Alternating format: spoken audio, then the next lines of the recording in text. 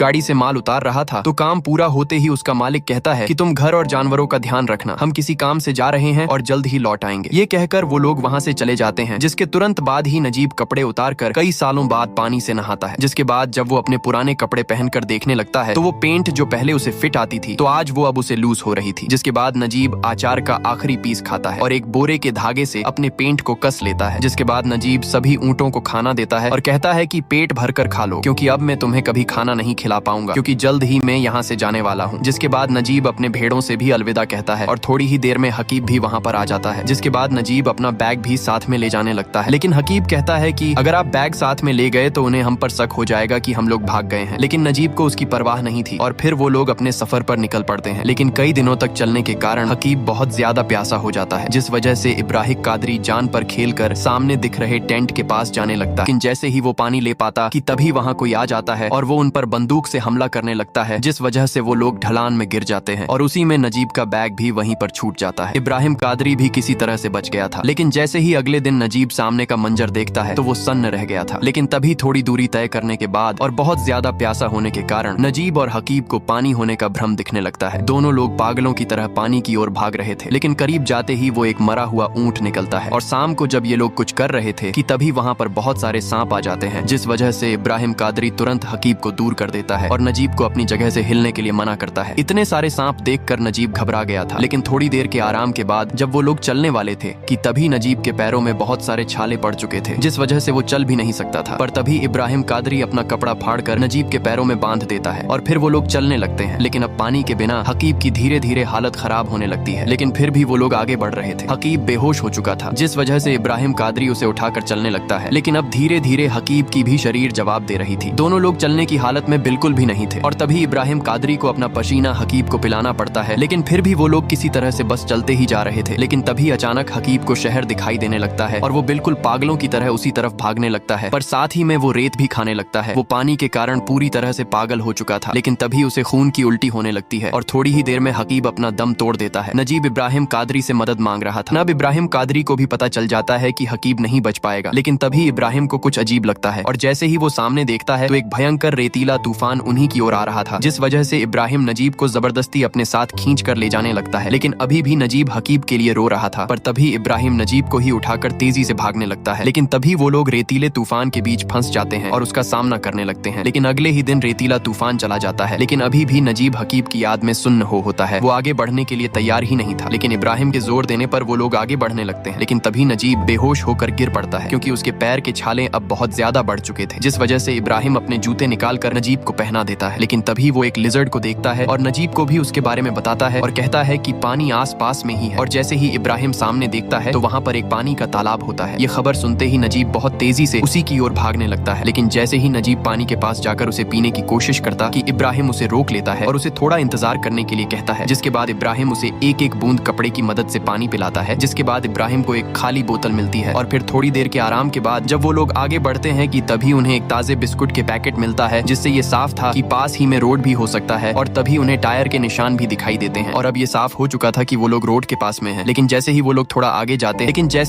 वहाँ पर पहुंचकर सामने की ओर देखते हैं तो वहाँ पर रोड नहीं बल्कि रेत ही होती है। ये देखकर नजीब का दिल टूट जाता है। उसकी हिम्मत अब टूट रही थी, लेकिन फिर भी उन लोगों को अब आगे बढ़ना ही पड़ता है। और फिर कई देर तक चलने पर वो लोग आराम करने के लिए रुक जाते हैं। लेकिन जैसे ही अगले दिन नजीब की नींद खुलती है तो तभी वो देखता है कि इब्राहिम कादरी वहाँ से गायब हो चुका था। नजीब को कुछ भी समझ में नहीं आ रहा था कि इब्राहिम कहाँ चला गया है, जिस वजह से घबराकर नजीब इब्राहिम को ढूंढने लगता है और उसे जोर से आवाज देता है। लेकिन तभी उसे वही बोतल पानी से भरी हुई मिलती है जो इब्राहिम को रेत में मिली थी। नजीब उस बोतल को उठाकर कुछ सोचता है और फिर आगे बढ़ने लगता है। लेकिन अभी भी नजीब अपने छालों के कारण सही से चल नहीं पा रहा था, जिस वजह से फिर से गिर जाता है और फिर बोतल निकालकर पूरा पानी एक बार में ही पी जाता है और ढक्कन के तौर पर लगे खजूर को भी खा लेता है। लेकिन तभी नजीब को कुछ आवाज सुनाई देने लगती है, जिस वजह से वो तेजी से उसी आवाज की ओर भागने लगता है। उसकी ताकत पूरी तरह से खत्म हो चुकी थी, जिस वजह से वो थोड़ा और भाग पाता कि तभी वो बेहोश हो जाता है। लेकिन तभी वो बोतल गिरते हुए सीधा रोड तक पहुंच जाती है। मतलब कि नजीब अपनी मंजिल के पास जाकर बेहोश हो चुका था। और जैसे ही रात होती है तो तभी वहाँ से एक ट्रक गुजर रहा था, जिस वजह से नजीब उस ट्रक को रोकने की कोशिश करता है। लेकिन वो ट्रक रुकने के बजाय उसके साइड से फुल स्पीड में निकल जाता है। बेचारा नजीब कुछ भी नहीं कर सकता था। और तभी अगले ही दिन ठीक उसके पीछे एक ट्रक तेजी से आकर रुकता है और जैसे ही नजीब उससे भी कुछ मदद मांगता कि वो आदमी भी उसे वहाँ छोड़कर चला जाता है। और तभी एक और गाड़ी नजीब के पास से गुजरती है। नजीब उस गाड़ी से भी मदद मांगता है और तभी वो गाड़ी आगे जाकर देखकर वापस नजीब के पास वापस पीछे आती है। उसके अंदर एक शेख बैठा हुआ था, लेकिन जैसे ही वो शेख बाहर निकलता है तो तभी नजीब उससे डरने लगता है, क्योंकि अभी भी वो उस सदमे से बाहर नहीं निकल पाया था। लेकिन वो भला शेख नजीब को अपनी रोल्स रॉयस में बैठाता है और उसे अपने साथ ले जाने लगता है। शेख उसकी हालत देखकर उसे पानी पीने के लिए देता है और अब कई हफ्तों के बाद ज्यादा पानी पीने के बाद नजीब को राहत महसूस होती है और फिर कई दिनों के सफर के बाद वो शेख नजीब को शहर ले जाता है और फिर उसे एक जगह छोड़ देता है। नजीब उसका हाथ जोड़कर शुक्रिया अदा करता है, जिसके बाद शेख वहाँ से चला जाता है और अब रात हो जाती है। नजीब भूख प्यास के कारण सही से चल भी नहीं पा रहा था, जिस वजह से वो एक खंभे के पास जाकर वहीं पर ही बेहोश हो जाता है। और अगले ही सीन में हमें नजीब को नहाते हुए दिखाया जाता है। एक आदमी नजीब पर कम पानी डालने के लिए बोल रहा था, क्योंकि उसे कई साल पानी से नहाए बीत चुके थे। जिसके बाद नजीब के बालों को भी काटा जाता है और तभी नजीब से उसके घर का पता पूछकर वहाँ पर रहने वालों का नंबर ढूंढा जाता है, लेकिन नजीब के घर वालों का नंबर बंद आ रहा था। और अब कई सालों बाद नजीब आराम से सो रहा था और तभी वो आदमी बताता है कि हमने तुम्हारे घर वालों को ढूंढ लिया है और तुम्हारे घर वाले हमारे कॉल का इंतजार कर रहे होंगे। और तभी वो लोग फोन लगाते हैं और फोन उठ भी जाता है। जिसके बाद कई सालों बाद नजीब अपने पत्नी से बात करता है। नजीब की पत्नी फोन पर ही रोने लगती है, क्योंकि उसे विश्वास नहीं हो रहा था कि नजीब अभी भी जिंदा है। और तभी नजीब को उसके बच्चे के रोने की आवाज सुनाई देती है। दोनों तरफ इमोशनल सीन होता है, जिसके बाद नजीब को पुलिस स्टेशन ले जाया जाता है और उसकी जानकारी लिखी जाती है। बेचारा नजीब तो सही से अपना नाम भी नहीं बोल पा रहा था, लेकिन जब नजीब आगे के प्रोसेस के लिए जा रहा था कि तभी वो एक ऐसी चीज देखता है जिससे वो सन्न रह जाता है। दरअसल पुलिस स्टेशन में इब्राहिम कादरी की फोटो क्रिमिनल के तौर पर लगी हुई थी। अगर इब्राहिम कादरी नजीब के साथ रोड पर होता तो हो सकता था कि नजीब कोई मुसीबत में भी पड़ सकता। नजीब को समझ नहीं आ रहा था कि इब्राहिम कादरी की फोटो पुलिस स्टेशन में क्यों लगी है। सच बात तो ये थी कि इब्राहिम एक क्रिमिनल होता है जो कि इल्लीगल काम करता था, जिस वजह से अगर वो रोड पर नजीब के साथ होता तो शायद नजीब कभी कोई मुसीबत में भी फंस सकता था। और तभी एक अनाउंसमेंट किया जाता है, जितने भी लोग सऊदी से वापस अपने घर जा रहे थे तो उन्हें एक लाइन में लगाया जाता है, क्योंकि जो लोग अपनी नौकरी छोड़कर भागे थे तो उनके मालिक उन्हें यहाँ लेने आए थे। और तभी एक शेख अपने नौकर को पकड़ लेता है और बहुत बुरी तरह से मारते हुए उसे वहाँ से ले जाता है। ये देखकर नजीब की तो हालत खराब हो जाती है और तभी वहाँ पर और भी शेख आते हैं और उन्हीं में से एक नजीब का भी शेख होता है। ये देखकर नजीब एक आदमी के पीछे छुपने लगता है, लेकिन तभी वो शेख नजीब को देख लेता है और उसे पकड़ लेता है। बेचारा नजीब अब वापस उसी नरक में जाने वाला है। अब नजीब का शेख उसे पकड़ लेता है, जिसके बाद फिर से नजीब को वापस उसी नरक में जाना पड़ेगा। लेकिन तभी ये नजीब का एक सपना होता है। बेचारा नजीब बहुत ज्यादा डरा हुआ था और तभी शेख उसे देख लेता है, लेकिन वो उसे पहचान ही नहीं पा रहा था। लेकिन जैसे ही वो वहाँ से जाता कि तभी उसे कुछ शक होने लगता है, जिसके बाद वो फिर से नजीब के पास आता है और उसके सर पर लगे घाव के निशान को देखने लगता है, जो कि अब मिट चुका था। पर तभी शेख उसे कुछ कहता है और वहाँ से चला जाता है। और तभी वो आदमी नजीब को बताता है कि अगर वो तुम्हारा असली मालिक होता तो वो तुम्हें उठा ले जाता, लेकिन किसी और के वीजा पर आने से उसने तुम्हें उठाया था। ये सुनकर नजीब रोने लगता है, जिसके बाद उसे 3 महीने के लिए जेल में रखा जाता है। और अब लंबे इंतजार के बाद नजीब वापस अपने घर जाने वाला है। जाने से पहले आपने इस मूवी से क्या सीखा वो कमेंट में जरूर बताइएगा और ऐसे ही जबरदस्त स्टोरीज के लिए सब्सक्राइब करना ना भूले।